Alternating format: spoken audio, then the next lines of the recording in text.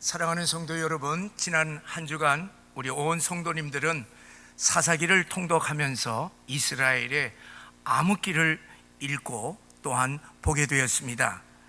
가나안 정복의 지도자인 여호수아가 죽은 이후부터 사무엘 선지자가 등극하기 이전까지 약 350년 동안 이스라엘 역사를 사사들이 이끌었습니다.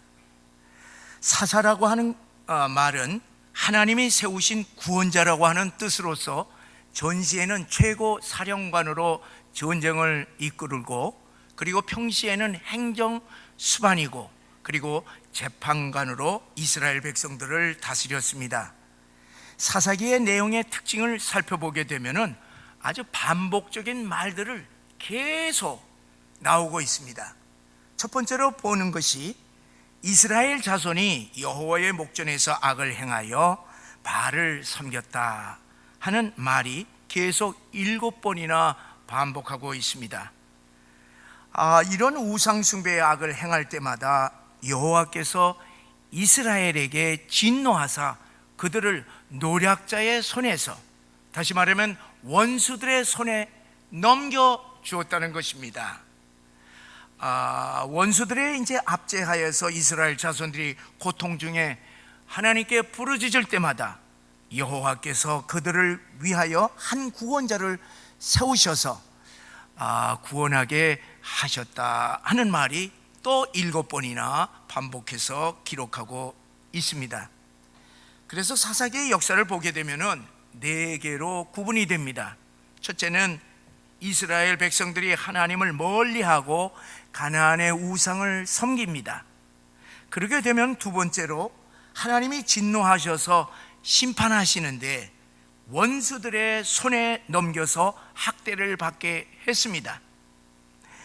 그러면은 이때에 이제 이스라엘 백성들이 너무 괴로워서 구원해 달라고 하나님께 외치면은 하나님께 외치면서 이제 회개를 하는데, 그렇게 되면은 네 번째로 하나님은 그들을 불쌍히 여기셔서 사사를 세우셔서 그들을 구원하셨던 것입니다. 그러다가 이제 평화가 오고 조금 살만해지면은 이제 당분간 하나님을 따르다가 얼마 후에는 또다시 하나님을 배반하고 우상을 숭배를 합니다. 그러면 또다시 징계가 닥칩니다. 그래서 계속해서 이런 식으로 7번이나 거듭 되풀이하였던 것이 사사기의 혼돈의 역사였던 것입니다. 그러면 왜 이스라엘 백성들이 이렇게 타락과 구원의 악순환의 역사를 계속 반복한 것인가? 두 가지 원인을 지적할 수가 있습니다. 하나는 가나안 족속들을 진멸하라고 하는 하나님의 명령에 불순종해서 그들을 완전히 쫓아내지 않고 함께 살았기 때문입니다.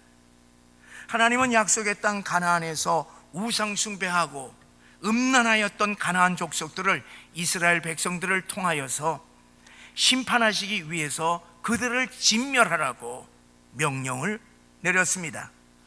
그리고 그 땅에 제사장의 나라를 세워서 전 세계를 구원하라고 하는 사명을 주셨던 것입니다. 그런데 가나안을 정복한 후에 가나안 족속들을 완전히 쫓아내지 않고 함께 살았습니다. 그 이유는요, 이스라엘이 풍요와 안일한 삶을 원했기 때문에 그들을 쫓아내지 않았던 것입니다. 그동안 가나안 정복 전쟁만을 했던 이 이스라엘 백성들은 하루빨리 땅을 차지해서 편하게 살고 싶었던 것입니다. 가나안 원주민들은 그 땅에서 자기들을 쫓아내지 말아달라고 간청을 하면서 타협을 제시를 했습니다. 당신들은 광야에서 농사를 지어본 적이 없었으니 우리가 당신들의 종이 되어서 당신들을 대신해서 농사를 지어 줄 테니까 우리를 쫓아내지 말고 살려달라, 그렇게 이제 간청을 했던 것입니다.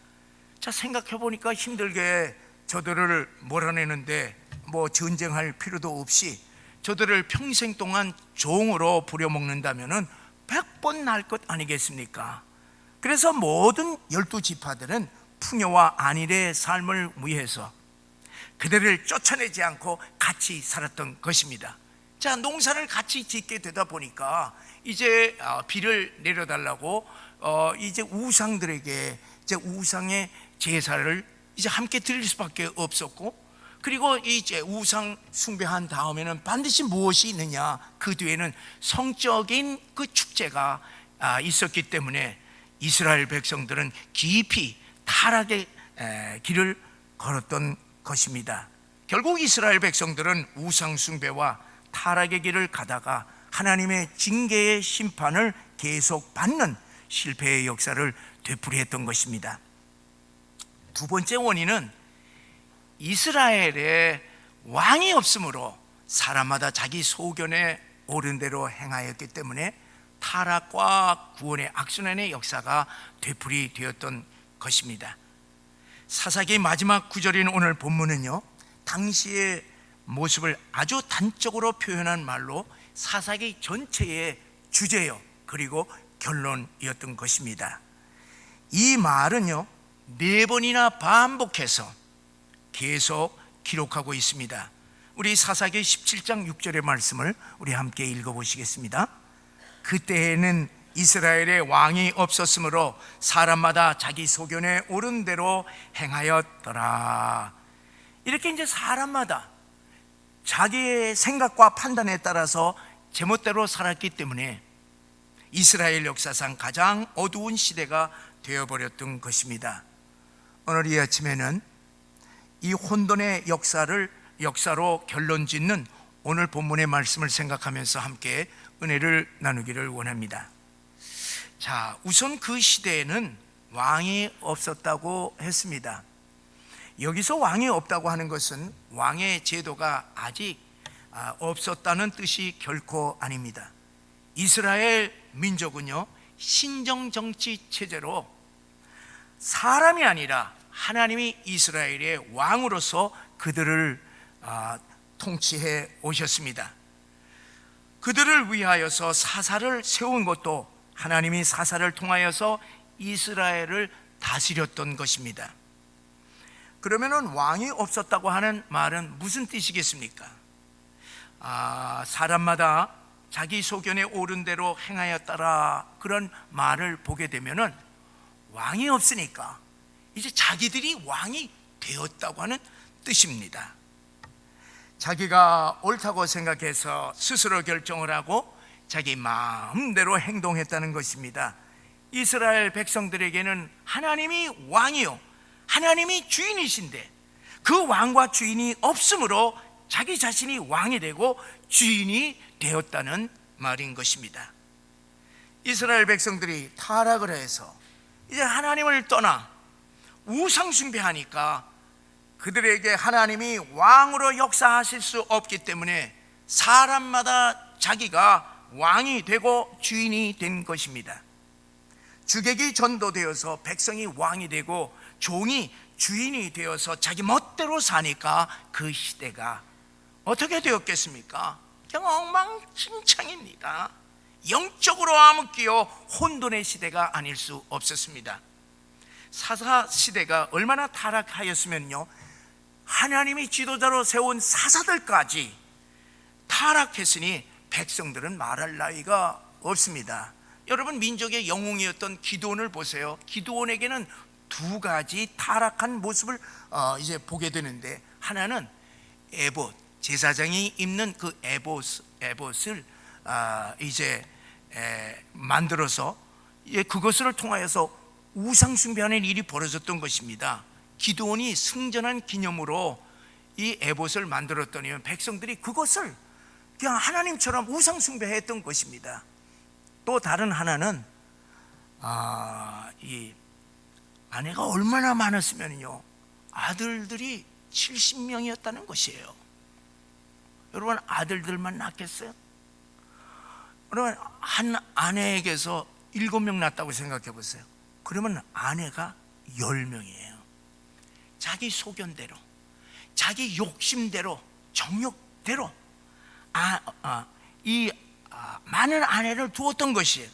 그것도 모자라서 첩을 두어 아들을 낳았는데 그 아들의 이름이 아비멜렉입니다.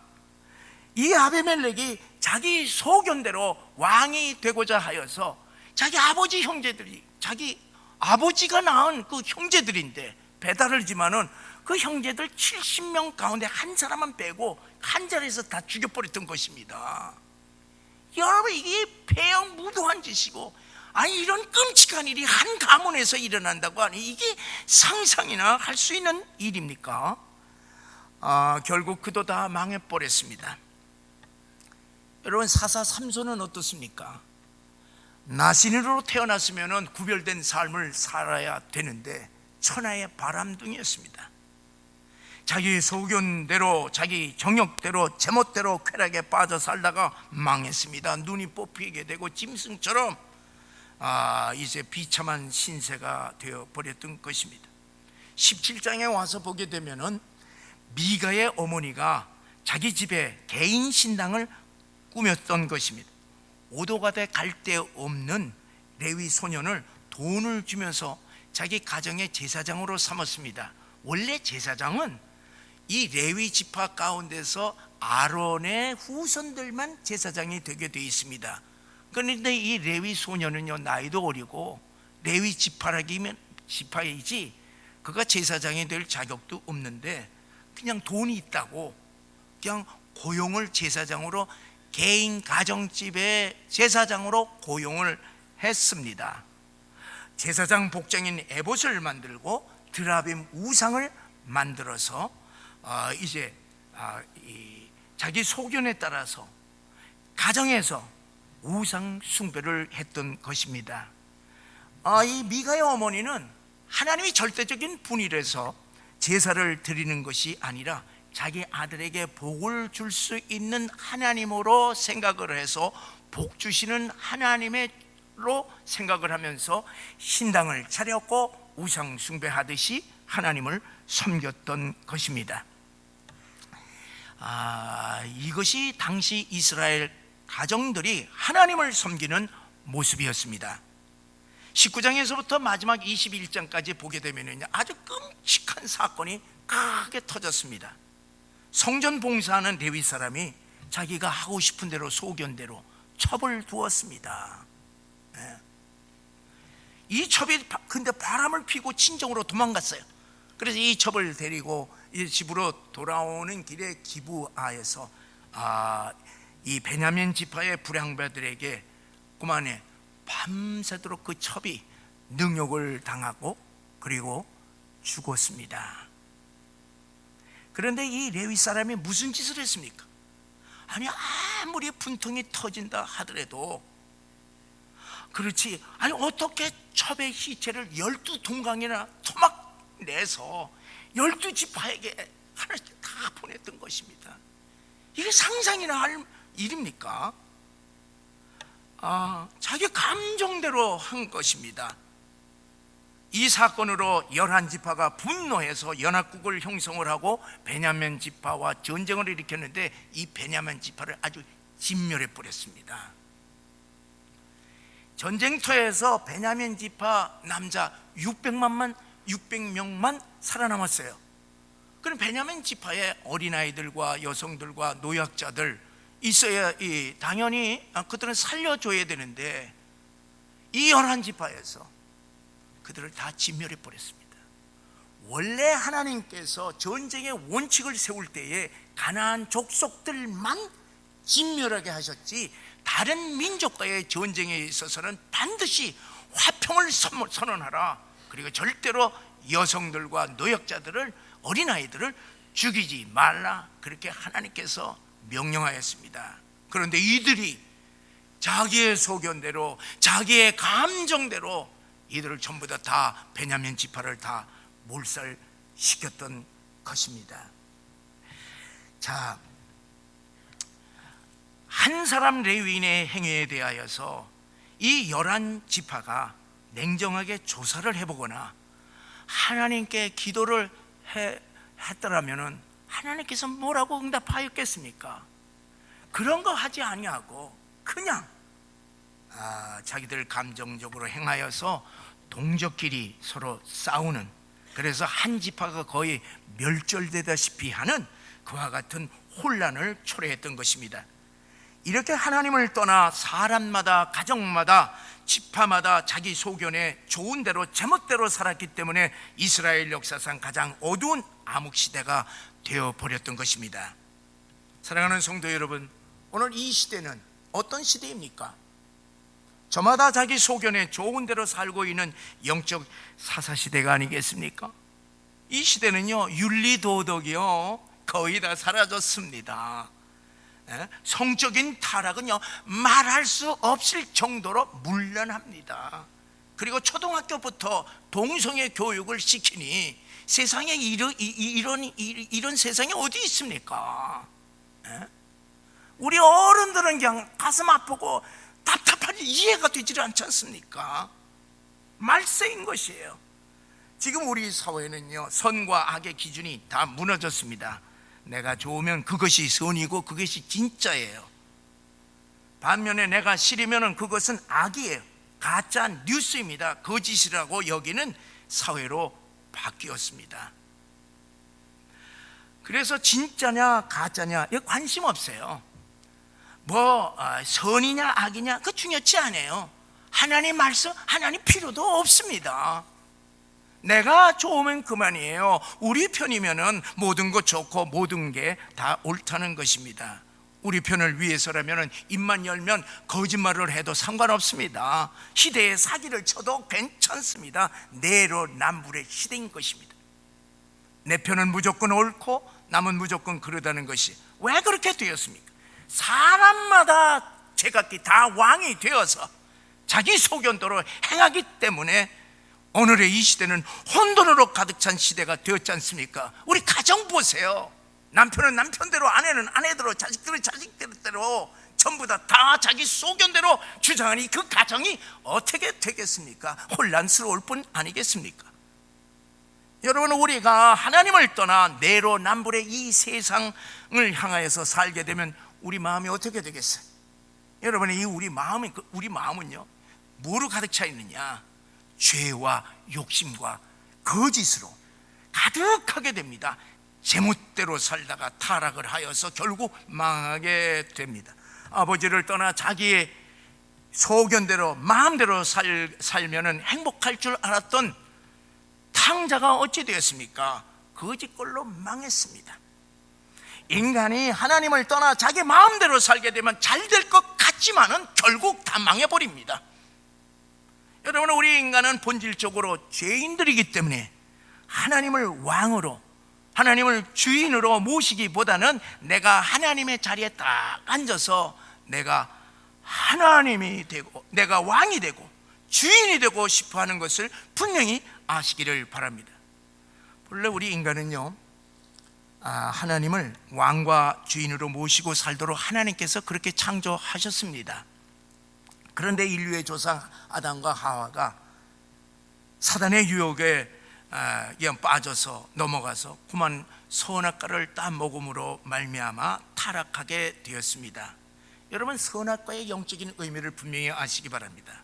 선악과는 하나님과 우리 인간의 관계에서 하나님은 창조주가 되시고 우리는 피조물이라고 하는 명확한 구분을 짓는 것이, 이것이 선악과입니다. 하나님은 우리의 왕이시고 우리는 백성이고, 하나님은 우리의 주인이시고 우리는 종이라고 하는 그 구분을 상징하는 것이, 이것이 선악과인 것입니다. 에덴 동산에는 먹을 것이 지천인데 하나님이 유일하게 금하신 선악과를 따 먹은 것은 하나님의 왕권, 하나님의 주권에 대한 도전이었던 것입니다. 왜 아담과 하와가 하나님이 금하신 선악과를 먹었습니까? 사탄이 유혹한 대로 하나님이 되고 싶고 왕이 되고 싶고 주인이 되고 싶어였습니다. 이것이 죄의 본질인 것입니다. 왕과 주인이 되신 하나님을 섬기게 되면 우리 인간이 행복하게 살 수 있었는데 사단의 유혹에 그만 넘어가서 하나님을 떠나서 자기 소견대로 왕과 주인이 되기를 원했던 것입니다. 그 후 하나님과의 관계가 끊어진 모든 인간은 다 똑같은 멸망의 길을 걸어가고 있는 것입니다. 여러분, 오늘 본문은요, 결론입니다. 오늘 본문은 왕이 없으므로 자기 마음대로 살았다고 하는 한탄과 그리고 인간의 절망으로 끝을 맺고 있습니다. 자, 그러면 이 마지막 구절에서 우리들에게 무엇을 고백해 하고 있습니까? 그냥 절망으로 그냥 끝나는 것입니까? 아니에요. 모든 인생들로 하여금 절망이 아니라, 정말로 왕이 없는 것이 아니라 정말로 참된 왕, 만왕의 왕, 사랑의 왕, 우리의 참된 왕을 고대하고 그 왕이 오실 것을 우리들은 기대하고 있는 것입니다. 자, 하나님과 깨어진 관계를 회복시키기 위해서 이 세상에 오신 분이 누구이십니까? 우리 예수 그리스도이십니다. 우리 인간의 죄를 대신해서 십자가에 피 흘려 죽으심으로 누구든지 예수님을 구원의 하나님으로, 그리고 참된 왕으로, 참된 주인으로 섬기는 자를 하나님의 자녀로 삼아 주시고 의인이 되게 하신 것이 우리 기독교의 복음인 것입니다. 여러분, 의인은, 성경에서 얘기하는 의인은 어떤 사람입니까? 착한 사람, 선한 사람입니까? 그리고 선한 일을 많이 한 사람을 성경에서 의롭다 그렇게 얘기한 것입니까? 우리 의인이라고 하는 말은요, 한자의 의를 보게 되면은 쉽게 이해가 됩니다. 의, 오를 의자는요, 뭐와 합성하냐? 양과 나의 아라고 하는 이 두 말로 의가 되는 것입니다. 다시 말하면은 이 어린 양 밑에 내가 있으면은 의가 되는 것이에요. 어린 양 대신 예수님을 내가 밑에서 하나님으로, 왕으로, 주인으로 모시고 살게 되면은 하나님이 나를 의인이라 그렇게 인정해 주신다고 하는 뜻이 바로 성경에서 말하는 의인인 것입니다. 우리 기독교의 신앙생활의 본질이 바로 예수님이 나를 구원하신 나의 하나님으로, 나를 다스리시는 나의 왕으로, 내 인생의 주인으로 모시고 사는 삶이라고 하는 것을 믿으시기를 주의 이름으로 간절히 축원합니다. 자, 사랑하는 여러분, 우리는요, 예배 때마다 무슨 찬양을 부릅니까? 예수 우리 왕이요 하면서 우리 찬양합니다마는, 여러분, 이 찬양을 부르시는 사랑하는 성도 여러분, 정말로 여러분들은 삶 속에서 우리 예수님을 왕으로, 주인으로 모시고 삽니까? 그렇지 않으면 예배 때마다 그냥 찬양으로 부르는 것으로 끝나고 있습니까? 여러분, 죄성을 가진 우리 인간들은 신앙생활 하면서도 자신도 모르는 사이에 자꾸 자신이 스스로 왕과 주인이 되려고 합니다. 여러분, 베드로를 보세요. 예수님께서 제자들을 향하여서 너희가 나를 누구라 그러느냐 그렇게 물었을 때에 마태복음 16장 16절에서 주는 그리스도시요 살아계신 하나님의 아들이십니다 그렇게 대답을 하니까 주님께서 크게 칭찬을 하셨습니다. 그리고 바로 그 다음에 예수님의 고난의 십자가에 대해서 이렇게 말씀하시니까 베드로가 뭐라고 얘기를 합니까? 정색을 하면서 주여 그리 하지 마옵소서 말리는 겁니다. 말은 주여 주여 하지만은 마치 자기가 주인인 것처럼 행세하고 있습니다. 주님에게 이래라 저래라고 합니다. 그러자 예수님께서 뭐라고 얘기합니까? 사탄아 물러가라 그렇게 책망을 하셔서 호통을 쳤습니다. 베드로가 사탄이라고 그렇게 말하는 것이 아니라 사탄에게 유혹받는 그에게 정신 좀 차리라고 그렇게 책망을 하신 것입니다. 우리도 베드로처럼 입술로는 주여 주여 하지만은 주님께 이것저것 해달라고 주인 행사한 적이 얼마나 많이 있습니까? 주님에게 내 소견 내 욕심대로 행동한 적이 얼마나 많습니까? 사랑하는 여러분, 내가 왕이 되고 내가 주인이 되고자 하면은 내 가족들, 그리고 내 주변에 있는 많은 사람들이 모두 다 어떻게 됩니까? 내 욕심대로 내 종이 되어야 하니 그게 가당한 얘기가 되겠습니까? 내가 주인이 되고 왕이 되고 너희들은 내 종이 되라고 하면은 분란을 일으키고 서로 다툼을 일으키게 되고 혼돈스럽게 할 뿐입니다. 그러나 내가 주님을 왕으로 주인으로 삼고 언제나 섬긴다면은 주의 백성들과 함께 주님께서 베푸시는 은혜와 복을 누리게 된다고 하는 사실을 믿으시기를 바랍니다. 사랑하는 성도 여러분, 우리가 이 주일날 이 주일 예배를 드리는데 이 주일 예배는 무엇을 의미하고 있습니까? 지난 한 주간 동안 세상에서 왕 삼았던 모든 것들을 회개하고 주님만이 나의 참된 왕이시여 주인이심을 다시 고백하는 시간이요 오직 주님께만 충성 다짐하는 시간인 줄 믿으시고 주일 예배 우리의 생명을 거시고 항상 참여하시기를 간절히 주의 이름으로 축원합니다. 사랑하는 성도 여러분, 우리 주님의 십자가를 깊이 묵상하는 이 사순절기를 맞이하여서 예수 십자가의 보혈의 능력으로 우리 안에 있는 교만, 음란, 미움, 시기, 탐욕, 원망, 거짓, 의심, 두려움과 같은 가나안의 족속들을 진멸하시기를 바랍니다. 가나안에 있는 것들과 타협을 하지 마시고 안일한 삶과 세속적인 삶을 청산하시기를 바랍니다. 그리고 주님이 우리의 참되신 왕과 주인으로 우리의 가정과 우리의 교회와 우리나라를 다스리심으로 가나안의 풍성한 복들이 넘쳐나기를 항상 기도하시기를 주의 이름으로 간절히 축원합니다.